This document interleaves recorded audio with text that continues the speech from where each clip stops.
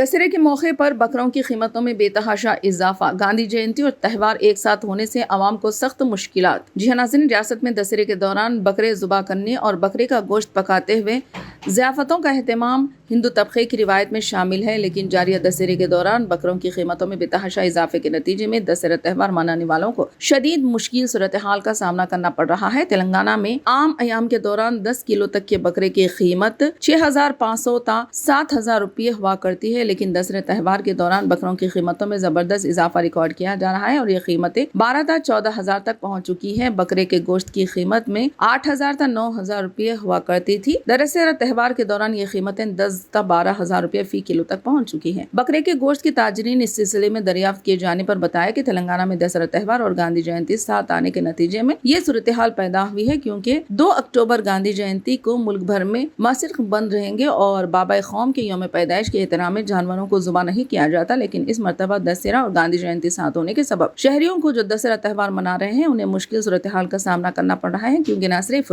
जिंदा बकरों की कीमतों में जबरदस्त उछाल रिकॉर्ड किया जा रहा है बल्कि गोश्त की कीमतों में भी इजाफा होने लगा है। दोनों शहरों हैदराबाद व सिकंदराबाद के अलावा रियासत के बेशतर तमाम अजला में जहां दशहरा त्यौहार मनाया जा रहा है, 2 अक्टूबर को गांधी जयंती के सबब गोश्त की दुकानात बंद रहेंगे। इसलिए दशहरे के मौके पर ज़ियाफत का एहतमाम करने वालों की जानिब से पेशगी तौर पर गोश्त की खरीदी की जाने लगी है और ज़ुबा किए जाने वाले बकरों की खरीदी के लिए भी बाजारों में हुजूम देखे जा रहे हैं।